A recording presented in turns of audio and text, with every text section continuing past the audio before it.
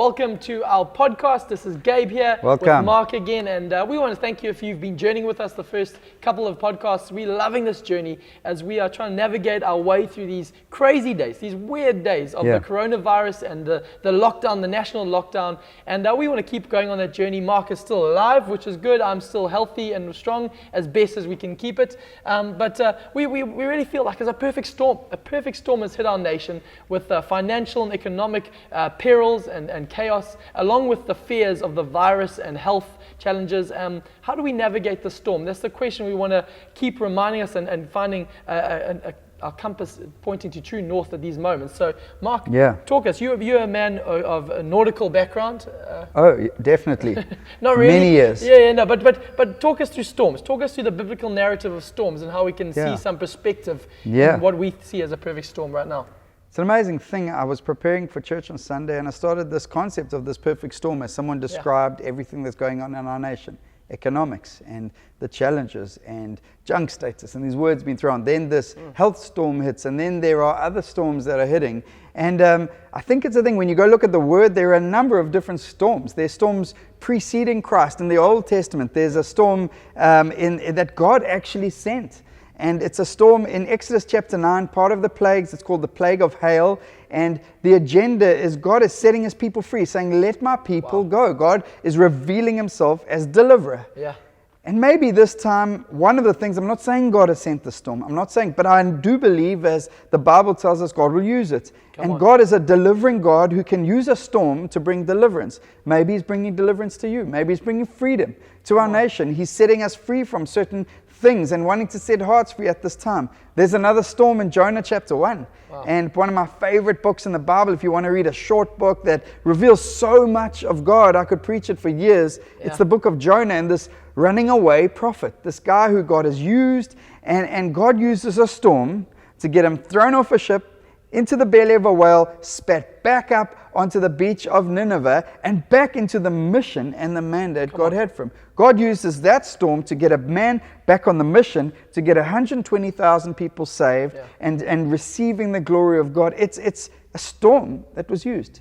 Then Jesus comes, and Jesus is taking his disciples on a journey. He's teaching them something about himself, his mission, and the mandate in Mark chapter 4. And he's saying, on the other side of this storm that we're going to get through, I'm going to reveal myself as the God who commands the winds and the wave. Yeah. But there's a demoniac who's cutting himself. He's crying out. No one can restrain him. He's excommunicated from his community. But we're going to go through the storm. We're not going to circumvent the storm. We're not going to wait the storm out. We're going to go through the storm to see one man's life changed. Wow. And maybe the storm is about you opening your eyes to the one. Maybe the one is sitting next to you on a couch right now, is at home with you. Maybe the one is a family member you haven't spoken to your phone. Maybe that's the one. I'm not trying to get preachy. I'm just saying God uses storms. Yeah. And if we would allow the storm, that is a storm, and that is having radical effect on people's lives and businesses and stories and economics. But if we understand that we worship the God who made the storms, who speaks to the winds and the waves and just says two words, be still. And the waves die down and the winds die down, I think we'll see miracles. Beautiful. My heart is full of hope and optimism that at this time, like never before, we would see miracles. Yeah. Transformations of lives. People placing their trust in Jesus. Marriages restored. Come on, if marriages are restored because men and women are forced to spend time at home together for the first time in a while, come on, it's all worth it. Yeah. And now we are praying for those who are struggling, and we are praying for families of the deceased, and we are praying for those who need healing physically, and we are trusting and trying to be the hands and the feet of Jesus, providing food to those who need. And sure, but maybe there's a bigger story here. Yeah, I love That's all I'm saying. I'm not saying God sent the storm, but maybe there's a bigger story. I think it's wonderful how God uses storm to bring freedom, to bring his people back on mission, remind them of what the true mission is. And as you mentioned, the disciples going on a journey and going into a journey of maturity, where it's actually, it's not all about them. It's about something bigger. And I think that's what we're on about. We want to keep reminding our souls that even in trial, even in these things, God is leading us to greater freedom always. It's always his promise. Let my people go so they may worship me. To greater freedom, back onto mission, and into deeper maturities. We trust him alone, removing all other scaffolding, saying actually he's the only anchor for our souls. That's what it is. So we're so excited. We're still loving this journey. Keep leaning in with us. Keep going back to the word of God and these things, and keep a hold of your hearts, because Jesus is doing great things. I think If you're sitting here and you're watching this and someone's clickbaited it onto you, I don't know. I want to tell you that there's a Father who wants to show himself to you. Wonderful. Simple message, not complicated. First storm I ever got caught in, it actually was hail in the Drakensberg. We were totally caught off guard as weather can change. Yeah. And I remember clearly as a young man, my dad putting me on his back and running me out of a forest and out of danger into safety.